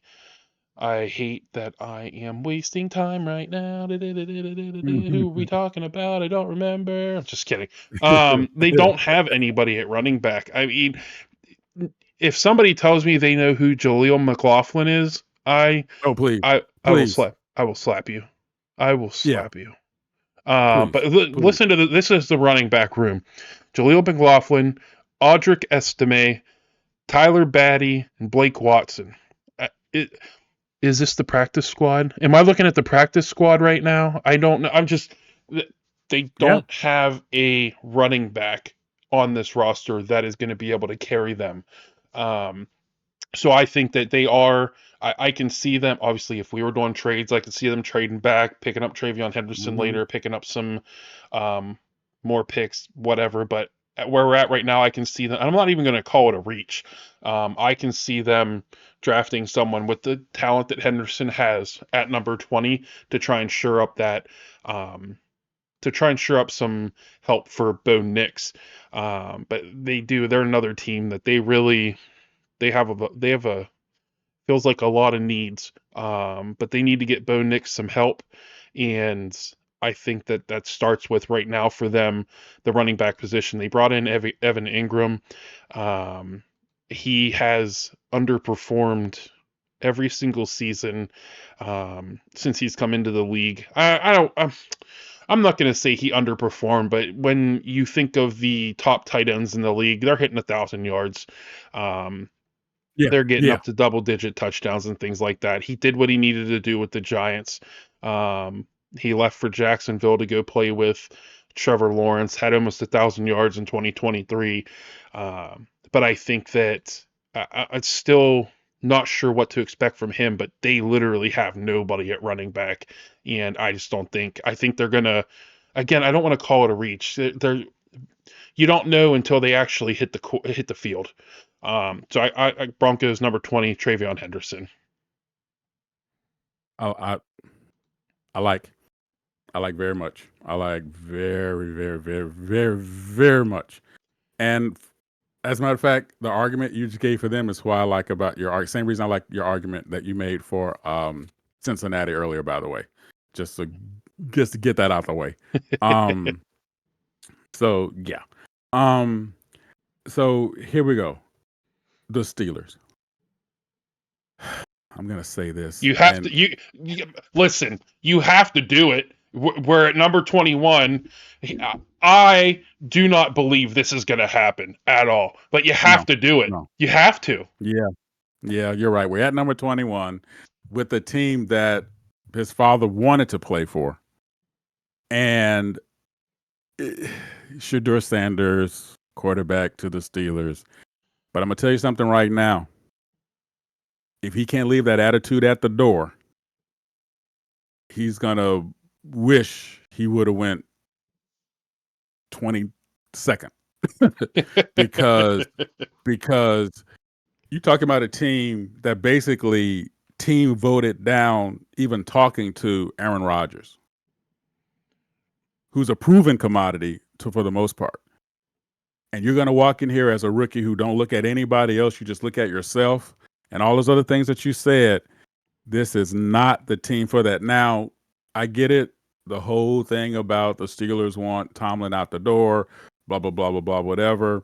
And I know other people are saying, well, Shedeur is only going to go to a team where his father can eventually take over as head coach. All that stuff. I'm sorry, me and Big Bob, we don't live in that world. We don't live in a world of coulda, woulda, maybe I shoulda, and then I didn't. We look in the world of where you're at now with what makes sense. And I can see him coming here. I was really torn between him and Jason Dart, but I'm thinking to myself, okay, which head case do I want to have, right? So I look at the head case of talent with an offensive line that will also hold him in line. You know, I think it's a good talent fit for what he wants to be. And I can't believe I'm going to say it that way, Big Bob. He wants to be he wants to be an in-pocket selective mover. Well, guess what? This offensive line is going to give you an opportunity to do that as they have rebuilt themselves. So now come here, show me what you're working with, you know, and let's just see what's going on. So yes, I did it. Hang me out for that one. I really don't see him falling this far, but this Right. was initially where I put him, and then I had Cam Ward. I don't know. I had Cam Ward going higher than we did, and I had Shedeur going to the Saints. So I did. I know you said you were struggling between him and Jackson Dart out of Ole Miss. I did have Jackson Dart going here if Shedeur was not there. However, he is there for us. Shedeur Sanders is there. I don't see the Steelers passing on someone that has potential at the quarterback position because. But you're right. If he's going to have the attitude, and they brought Aaron Rodgers in for what, 6 hours just for poop and giggles, giggles. He's still sitting there. He's still waiting for the Vikings to give him a call. He really didn't want to come play for you, but he came in for the interview anyways, probably to show, hey guys, people do still want me. Again, I will be on. If I believe if Aaron Rodgers went to the Vikings, that the Vikings would, without a doubt, win the NFC North. I believe the talent is still there. And I think that with the way that Kevin O'Connell has built this team and the way he coaches, look at what I'm just going to point. Look at what he did with Sam Darnold. Look at what he did. I've mentioned this a couple episodes ago. I forget what we were talking about, but look at what he did when Kirk Cousins went down with that Achilles injury, and you were swapping in different quarterbacks. You had crap. What's his name? Oh man, I can't think of his name off the top of my head. Traded for Maestro. Why am I drawing a blank right now? Bald guy. And I'm drawing one with you too. Kirk He's Cousins. he's the Pastronaut. No. He's the Pastronaut. Oh. Man, I feel like an idiot. I don't know why, but anyways, but he came in and looked phenomenal. Obviously, people got some tape on him and see what he was going to do, and then he ended up Sam Darnold. Huh? Sam Darnold? Was Sam Darnold? No, Sam Darnold came in the season after. That's right. Oh, God. That's right. Oh. Not Kirk Cousins. No, Kirk Cousins went down. I don't know why. I do not know. And I don't feel like looking it up because I'm going to kick myself, so I'm not going to look it up. and I feel like a terrible Vikings fan right now. But he was the Pastronaut. He's a smart guy, Pastronaut. Um, but it just they still had the ability to make some noise based off of the coaching. Right. All that to say, I don't remember why I'm going on this rant. This is what happens, Maestro. I went on this rant and I don't remember. I don't remember why. Man. Oh, you. I'm I, sorry. I've oh, Aaron I've Rodgers. infected Aaron Rodgers. Aaron. There we Aaron go. Rodgers. I still think he There has we the go. talent. He just needs the right system, and I think the Vikings have that Yeah. system for him. But I got to trust JJ McCarthy. I have to. Yeah. I have to, Yes. even though I don't trust Michigan quarterbacks. Anyways, Yeah. yeah, Shadur Sanders to the Steelers at 21. If he's still there, there's no way they pass on him. Obviously, you got Jackson Dart, you got Quinn Ewers out there still, but I think the Steelers, they don't like to do splashy things, but times are changing. Tomlin is coaching for his what it seems like his job every single season, but he pulls something out every single season. But Yeah. how long? That's the thing. People calling for Tomlin's head. It just like we always. It's not just the quarterback. It's not just the coach. Some other people make some decisions that don't necessarily work out. It's not always the coach. They do what they Thank can you. with what they have, and Tomlin has shown that whatever you give him, he is going to get the most out of it. Um, Mm-hmm. so I do believe that I don't think that I don't think anybody should ever talk about Tomlin coaching for his job. Um, if I anything, agree. it's does Tomlin still want to do it? Like, does he still Yeah. want to do it? And I just think that Tomlin has earned that right with the Steelers that he should be able to go out on his own terms. Um, but anyway, heading over to the Chargers, an hour and 21 minutes in. Um, heading over to the Chargers, all the changes that we have had, looking at this team, I think I got to stick with my pick that I had.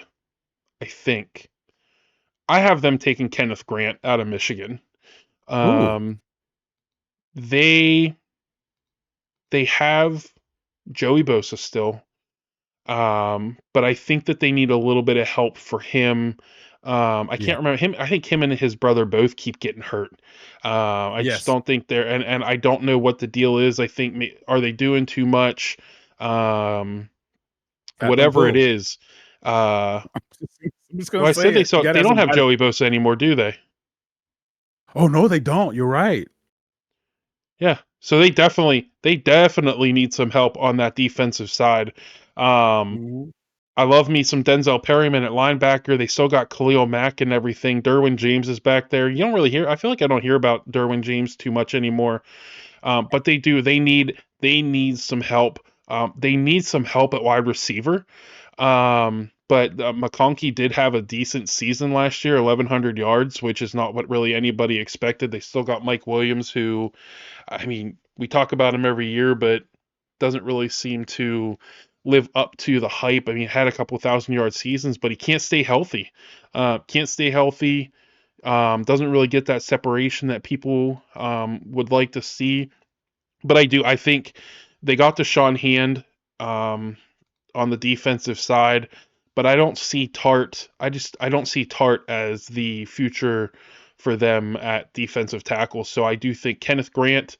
I think that he has the talent that the Chargers are looking for. Again, they have other needs, but I do think that Kenneth Grant at number 22 for the Chargers is the most logical choice for them. I I like it. I like it. I really do. I like a lot across the table, and I think it's functional for them too. Now look, wait, I got the Packers. Um, I don't believe he's off the board yet. I just got through trying to check my notes here. Maxwell Harrison, cornerback out of Kentucky. I know he's small again, back to the size thing. So take my size argument, replay it in your head real quick, and then replace it here. Um, but he's fast, and in that division, look at all those wide receivers. Yeah, That division is so wide receiver dominant with cats who are not only smart but they're fast, or they're not only fast but they're smart. Yep. And I think you need somebody. I know it's Kentucky football. It's technically the SEC. I get that, but they played against a lot of top tier talent. And for him as a 5'11", I know he's way under. I think he's under 190 pounds. I mean, he's small. He's really, to me, more of a safety fit than as a cornerback fit. But I think he's strong enough where he could play there. And listen. Here's the rule. Something that I heard, you see all these guys who are cut and built like they got carved out of like, ebony, ebony, and they keep pulling muscles. I Yep. listen. One of person I respect all the time said, "Fat don't pull." Gotta have somebody fat in there somewhere. You're not gonna pull that. So anyway, yeah, Maxwell Harrison is my pick there at the Packers at cornerback. Yeah, I mean, and again, we're looking at what the teams currently have, but we also have to be a little realistic. Alexander is probably not going to be on that team this coming season. I mean, he wants No, out. no, I think the Packers are no. going to grant his wish at some point, whether it's a trade or cutting him. Um, but yeah, for them, like you said, you look at the offenses that they have to face off against. All three offenses in that division that the Packers face have some great talent at receiver. So you got to bring in somebody who's going to be able to keep up and can lock down.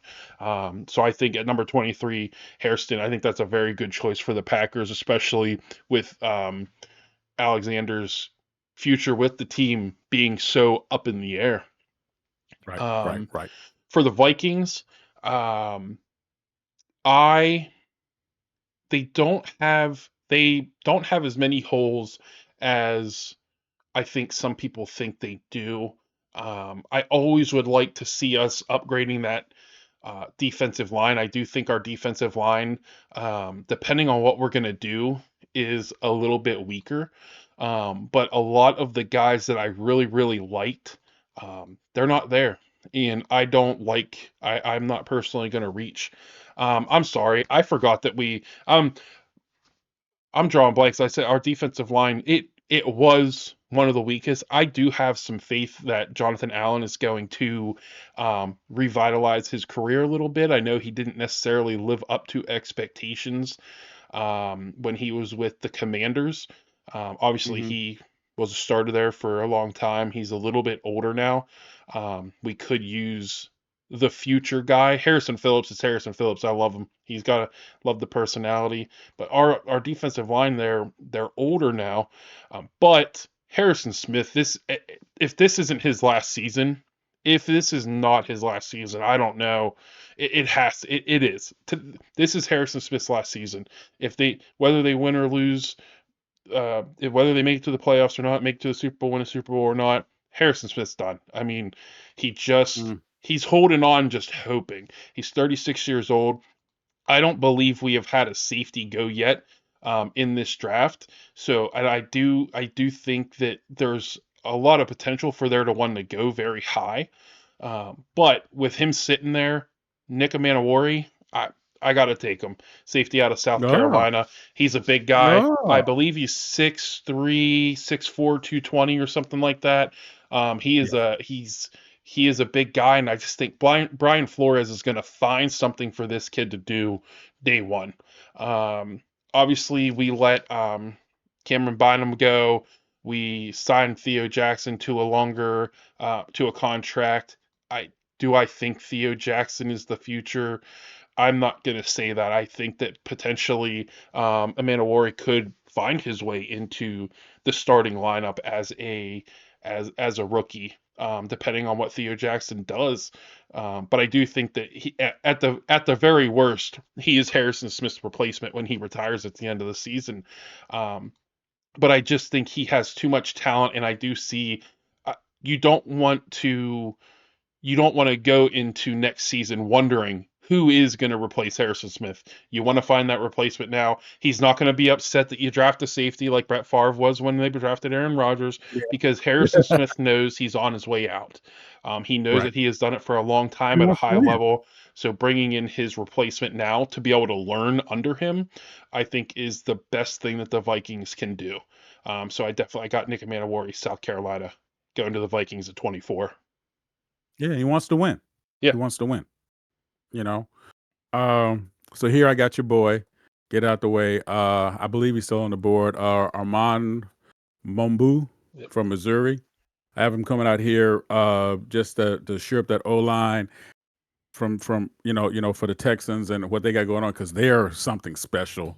Their quarterback is something special. The team is something special. They definitely have something going on there, and I think once they get that offensive line shored up, they're going to be even better. And I'm just going to say this: I know a lot of guys want to get drafted high for the status, and then they get mad because they're not on a team that's winning. Yep. If you have talent and you drop down to these teams that are winning, man, I'm just whistling all the way. As a matter of fact, they're gonna have to call security and say, you know what, this guy Maestro is out here. Off-season workouts aren't for another month. He's out here camped outside the door, sleeping on his backpack, ready, trying to get inside. Because I'm like, when you go to a team that's winning and you got talent too, and you're going to be a plug and play player, come on, dude. So Yeah. I have him going here, not as an insult, but as a homage to the fact that I think he's one of the top offensive linemen in the draft. That is the other teams before here. Offensive line was a need, but not that big of a need, except for a couple of teams. And I just feel him. I feel him and what he does, playing at Missouri, fitting right here with the Texans. Perfect fit. Yeah, I agree. I mean, if no matter what, I see the Texans taking a tackle here. And if Mumbu, if he falls down this far, there's no way that they don't take him. They do. They need to shore up that offensive line. Some places have them needing a wide receiver. I know they lost Stephon Diggs, but they do. Mhm. They're not big names, but they did their job. I know that Tank Dell got hurt, but Tank Dell and Nico Collins, they do well together. Christian Kirk, maybe the only real question mark there. He was the speed guy that came in, but I still think they have some solid talent that I just don't see receiver being a need for them. But keeping C.J. Stroud upright, yes, they have some guys there. They brought Cam Robinson in, but he he hasn't lived up even with he has not lived up. He did well with the Vikings when they Right. brought him in, but he hasn't lived up to that high second round pick expectation since he's come into the league. But they do need to look at the future. Um, but with Membu there, and that's a guy you just at this point, if you need an offensive lineman and he's still there at 25, you're taking him. And again, Texans, they're taking offensive linemen, specifically, I think a tackle, no matter what at this particular point in the draft, for sure. Um, for the Rams, I am saying the exact same thing that I just said for the Texans. I know that now I'm questioning myself because Uh-oh. I know I'm trying to do this based on the way that I know me and you see the game, Maestro. But man, Stafford's getting old. Stafford is Yeah. getting old. Yeah. But while Stafford is getting old, I think that there's some talent in the next draft that they might be able to look at. I'm going to stick with what we've been Agreed. doing with. I think that for the Rams, I think they need to start looking at the offensive line as well. Again, when we use the same excuse, Stafford is getting old. You need to make sure that he is kept upright. Um, Havenstein is getting older. They need some help on that offensive line. I don't know if Alaric Jackson is really it for them. So I see us going into a little bit of a run here for offensive tackles. I see Mhm. them taking. This is where I struggle is who. Um, does he need to play right away? If he needs to play right away, I go one way. If he doesn't, if he can sit and learn, I go another way. I'm gonna go with Josh Connerly Jr. out of Oregon. Ah, My struggle is Josh Simmons out of Ohio State, that ACL tear. If he hadn't torn his ACL, he probably goes in the top 10. there you The go. fact that we just, again, but to say that, obviously, ACL injuries are not what they used to be. But he's a big guy. Our Yeah. knees go. And that's The knees are extremely important to be an offensive lineman, obviously, to be a football player in general. Is he going to come back healthy, or are you going to bring this guy in and he's going to hit the field for a couple games and his ACL's gone again? Um, Mhm. so I think I have to go. I am going to go offensive line, and I got to go with Josh Connolly out of Oregon. I think he can step in sooner than later for them, and you don't really have. I don't believe you have that injury concern like you do with someone coming off the ACL injury with Simmons. So I got the Rams taking offensive lineman Josh Connolly out of Oregon here at number 26. I like that, and you're right about ACL injuries not being what they used to be. Brian Finneran was a receiver with the Falcons who had his ACL repaired, got first time back out in the field, it blew up again because it was some homeless guy's cadaver thing that they used, they rebuilt it again, he was fine. I know for me, I had an ACL repair done, and actually my tryout time was a half a second faster in the 40 than it was before I tore my ACL, so you're right. It's this very different world now, and amazing what can be done. Adrian Happening Peterson tore his ACL and came back and won the MVP. there you go. That's what it is. So, you're right. It's not what it used to be. Science makes everything better. Uh, so here with the Ravens, I believe he's still on the board. So again, I give you a hint of what's going to go on here. Let's see.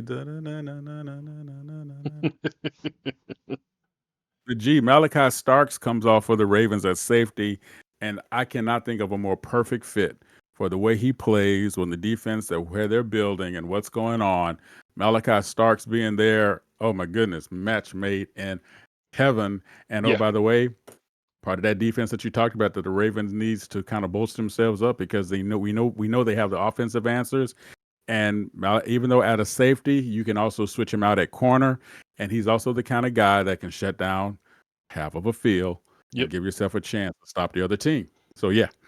Yeah. Malachi Starks. If Nick Amanawari is not there for the Vikings, and your Kenneth Grant isn't there, I absolutely would have them taken Malachi Starks. But since for in our world Nick is still there and Grant's off the board, I think Malachi Starks to the Ravens. You're right. He is a perfect fit for what they're trying to build there.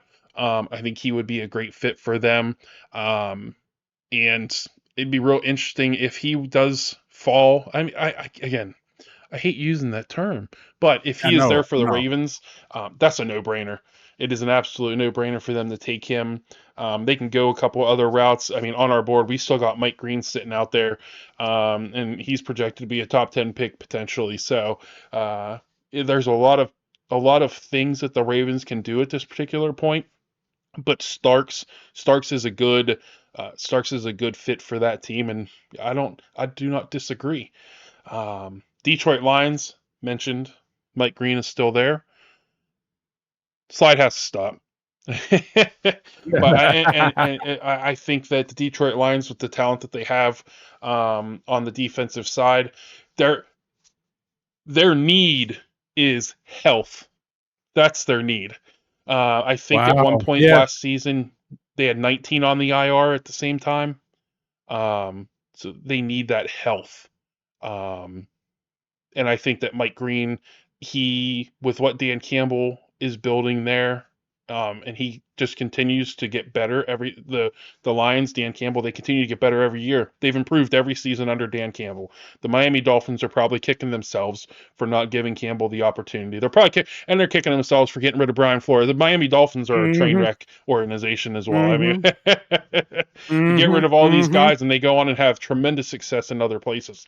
But yeah, for the Detroit Lions, um, I can see Mike Green going there to them. Again, that is their number one need. Obviously, they have holes here and there, but that need is health on defense. And Mike Green, I think that he has the opportunity.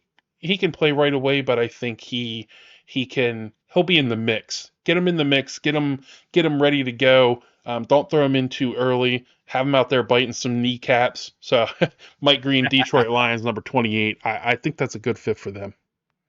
Yes, it is. Yes, it is. Like it, like it, like it. And with the Commanders now, I see a pattern coming here. Look at that. Here we go again. The G. A part of me want to take Tyler Booker. I know he's Alabama. Just give me a second. I promise to make this quick. And another part of me want to take Jared Wilson from Georgia. But with the way that the Commanders play offense, what they have going on there, I think Tate Ratledge would be a much better fit at 6'6", a fast 300 pounds. Maybe he's over 300 pounds, but he's somewhere in that window. I think he is a much better fit for them at that size, playing the way he does. The fit the Washington Commanders offense with what Dan Quinn is doing there with what I think they have a new offensive coordinator again, or maybe they promoted somebody for offensive coordinator. I apologize. I should have had that ready to go off the top of my head.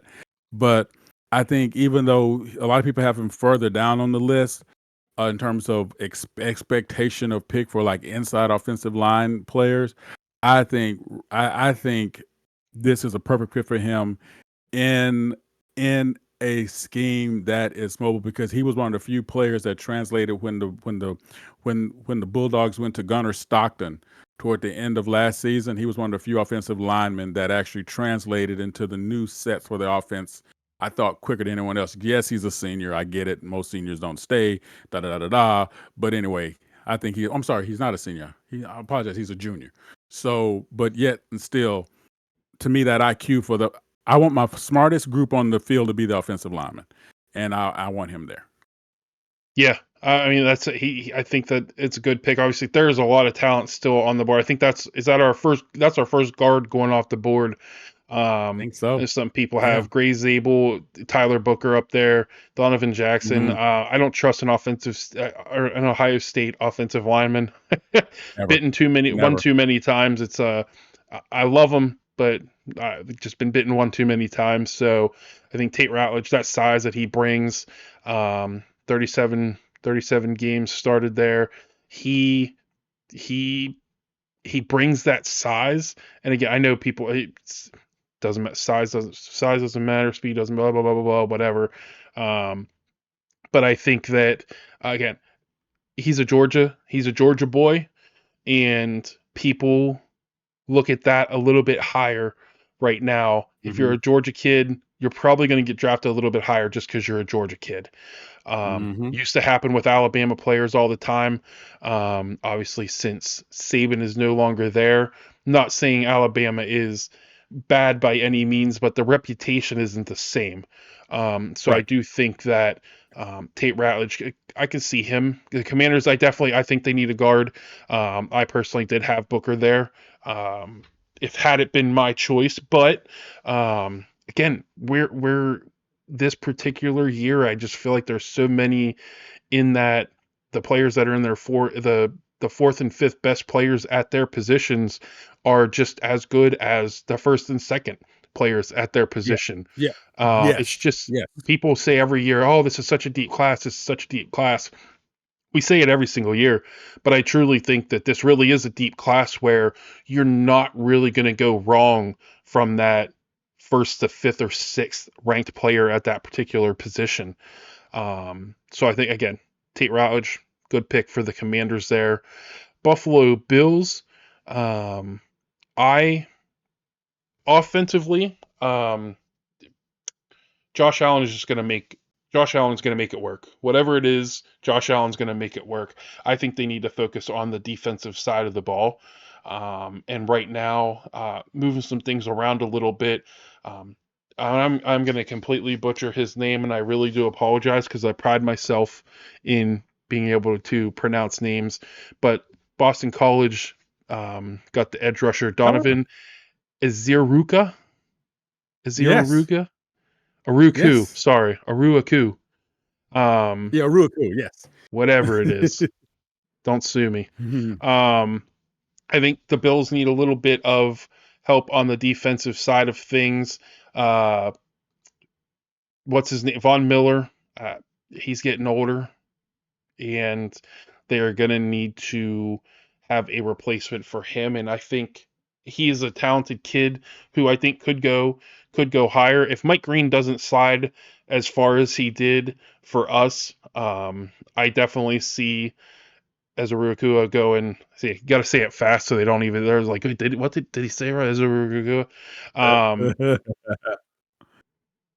Man, I don't think they. We throw names. I don't think Von Miller's there anymore. Did he retire? I can't remember. Let me look He that was up. supposed I to do have to retire. look that up because I feel like something happened with Von Miller. I don't know He what was going happened to to him. retire, but since they didn't get the championship, I think there's a thought of he might try to grind out one more year. I Yeah, think.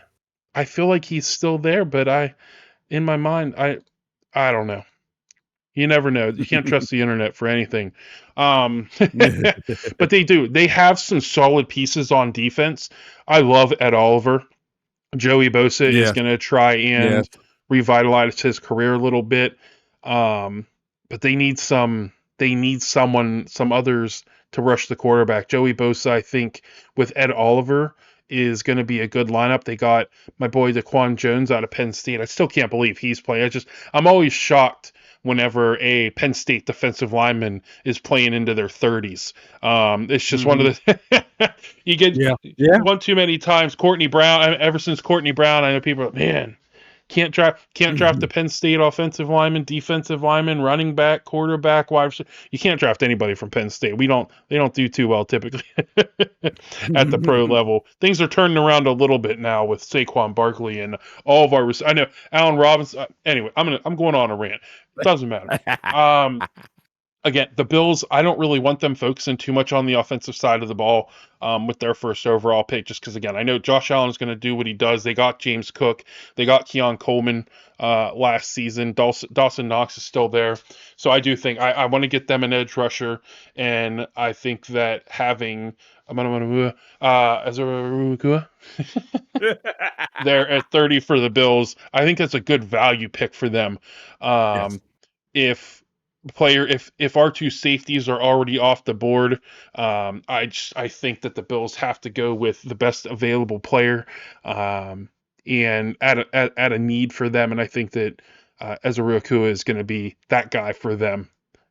Just get that little extra help. You need that Von Miller. You do need that Von Miller replacement. You need that. Right, exactly, exactly, and he's able to be an X factor in a position that you normally don't expect an X factor to Yeah. be at, and he Yep. definitely. And I agree with you 100% on that. Here we go, the Chiefs, and one last time, who we talking about here? Look at that, the G, and I'm actually calling this pick for the player, yes, but more importantly, for the coach. Kansas City Chiefs O-line coach is a guy I played against in college and was one of the best friends and teammates of one of my best buddies from high school when he played at Notre Dame. And I've kind of like followed him a little bit along the line. Andy Heck is his name, by the way. And yeah, Andy, yeah. He doesn't go by Andrew. Can't call him Andrew. Have to call him Andy. Andy Heck. And I've watched, and he's been the Chiefs offensive line coach, I think, since 12 or 13 or somewhere in there. And I think with a player like Jared Wilson from Georgia, who plays in that, again, gonna go back to the scheme thing again, with a quarterback like Patrick Mahomes. I almost did a joke and I almost said they should draft a quarterback, but I wasn't gonna do that. But with a quarterback like Patrick Mahomes, with the way he plays, you need someone who's not only flexible but also fast. Jared Wilson is at 6'3". He cracks the 300 range, I think, comfortably. And I got the heights and not the weights. That was really dumb. Because normally you have the heights and weight together, right? Mm-hmm. But I guess because nutrition and stuff like that, where the weight's gonna change, you can get an idea where they're at. But what I remember about him is a lot of their pulling schemes and things like that, the stuff that you see Kansas City uses. Jared Wilson was that guy for Georgia. Yes, there's a lot of hometown bias here, and I picked another Georgia player, but I picked him because with the way Kansas City plays, what's going on now, I think they're going to do a lot more to try to protect Patrick Mahomes this season, Yeah. to let the injuries kind of stave off. He's taken a lot of hits over the course of his young career. He's not even 30 yet. Imagine this, right? Yeah. So, and for some reason in my head, the Chiefs won the Super Bowl last year, but I realized it wasn't them. It was the Eagles. Um, I'm just saying that he's one, and I'm gonna go with you right here. What it says, he walking into a team that's solid with that sort of energy and that sort of culture. I think he's gonna feel right at home, especially with a guy like Andy Peck. I won't bore you guys with the Andy Peck story of playing against him, because he was offensive line and I was an offensive player. However, I'm just gonna say this right here. He had one of the loudest voices you could hear on the team. And even though I would be on offense as a wide receiver, he'd be yelling at his defensive line, that guy, that guy, that. So, and he's a great human being. I just gotta wait. I know some issues have popped up here, but he's a great human being. Anyway, enough said. Done. Um, Jared Wilson there under Andy Peck, gonna go to the Hall of Fame. No, I'm sorry. I don't. How about that? Good pick. I mean, I again, we know we're going to see a run. We're going to see a run of Georgia kids coming off the board at some point. It just happens whenever you're that talented. Again, they've supplanted Alabama as the team in the SEC, in my opinion, just based off of what they've been able to do the last few years. But I do think you're going to see some guys that maybe you don't think of going a little bit higher again based off of that school. So Georgia. But the Chiefs, they have to. I feel like we talk about it every year. Again, you can't count out Patrick Mahomes, but you're always like, he doesn't have weapons. He doesn't have an offensive line, but they Right. did just trade Thuney to the Bears. Mhm. So they definitely need some help along the line. And bringing in another big Georgia kid ain't going to hurt the Kansas City Chiefs at all. No. For the Eagles, for the last pick of the first round in our 20-minute episode here, right? 20 minutes. The last pick. I just want to say that I still think it's crazy. Like there are people that get paid to tell us that one of the weaknesses or one of the team needs for the Philadelphia Eagles is defensive tackle. Come on. Please enlighten Come on. me on who is getting paid to, why are we not getting paid to do these Thank things, you. Maestro? Thank you. Oh my God. You basically have half of the Georgia national championship team's defensive line there. Yes, yes, I know my alumni bias is kicking in fine, but it's true. Yeah, So come on, dudes. It's I've read that too and went, okay, what are you looking at? I the only thing the only thing that I can think of um is because what's his name retired. Oh,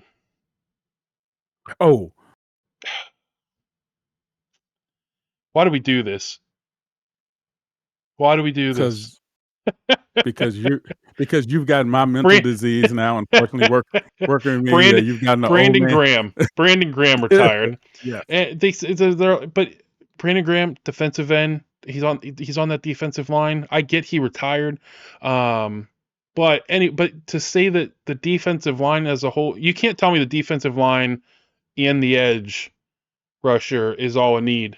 You just can't. You got two very talented defensive linemen there. Obviously, you want a third. You always want all the talent. All that to say is Mhm. I got to end this with a Penn State player. Got to end it with a Penn State player for Fair. the That's the fair. Pennsylvania team. Kevin Winston Jr. I know he's coming off of an injury that sidelined him for the majority of the season. In college football, and I think that they the Eagles do not have a ton of needs. Their biggest need is whoever is inside that team trying to tear them down. They need to Mhm. get that person out of there. That's their biggest need. Um, but I know today they did not pick up Jahan Dotson's fifth-year option. They might want to look at in the future like another guy to pair up there with AJ Brown and Devontae Smith if they can keep him. But they do have Terrence Marshall Jr. But I just think in that secondary, um, they got Reed Blankenship. Uh, they got Tristan McCollum, but I think they need another safety out there. I just don't think those two are necessarily it. Tristan McCollum, I don't think Tristan McCollum is the future for the Eagles. But Kevin Winston Jr. he showed a lot of talent at Penn State. If he comes back full health, running at the same speed that he was, he is what the Eagles are looking for. He's a big hitter. He's not going to get you a ton of interceptions, but it's not that he's not gonna he's not a good ball defender. He just doesn't get interceptions. It happens. It just happens. But he's an aggressive guy. He's I think exactly I'm not saying this to say he's going to be this type of player. But when you think of teams, you always think of their historically great players. I mean, Brian Dawkins, he's what Brian Dawkins was, big hitter at safety. Right. And I think that's what Kevin Winston Jr. is going to bring to this Eagles team. And I think he's a good pick at number 32 for them. And oh, by the way, you know what? I'm going to steal something from you that you said earlier, since we've already made our 7.5 day episode here. When you talk about how people have left the Jets and gone and have success, I actually looked at, I want to be sure, because I had this in my notes. I want to be sure that I just wasn't getting punch drunk. The defensive line coach used to be with the Jets. Clint Hurt used to be with the Jets. He didn't have a big playing career, but he's always been sort of a coach and a mentor person. He was with the Jets when they had that really strong defensive line. The Jets let him go when they let Saleh go. And the Eagles grabbed him up like he was still in the building. The rumor is he was still in the building when his cell phone rings. His agent, I don't think it was an agent. Because I don't think he has an agent. I apologize if I'm getting the story jacked up. He was still in the building. He gets the phone call from the Eagles. They basically just bring him on down. He was with the Eagles last year as their defensive line coach. And a lot of people credit their success to him, coming from, with his scheme, how he worked that talent that he's had. So anyway, just was with the Jets, go to a good organization. Look at what happened. He Win said a now Super he got Bowl. Super Bowl. So yeah, he can walk back past Foreign Park and go, "Hey fam, Hey, how you doing? How you I left my doing? shoes in my. Can I get my shoes out of my locker? It's hard for me to see. Can you get my? All this bling is killing me." Well, I think if every NFL team was smart, they're gonna turn this on before the draft, and they're gonna go through and find themselves some very good players. I can't wait for the first pick in the draft to throw everything off, though. Oh, I know 100%, and I also cannot wait for how long before you and I get those DMs from our SimWorld management about how long this episode is. I just can't wait. You guys got to keep it under 15 minutes. We tried. It's A for effort. A for effort. Yeah. And we want to thank everybody for hanging with us. I apologize, Big Boy. Just thank everybody for hanging with us the way you are and always giving us such positive feedback. And we love you. We appreciate you. And just want to say thank you. Go ahead, Big Bob. No, we appreciate you guys as always. Tune into the draft tonight. Try and let us know. I'll make it easy for everybody because I know there's probably nobody that's going to watch this entire episode. I will make sure when this episode goes up that I will post our mock draft in the comments so that people can poke fun at us and tell us how crazy we are that all these things that we picked, and then we can poke fun at them when all of our picks are 100% right. Exactly. Well, boom. Well, we appreciate you guys as always. We hope you guys have a great rest of your week.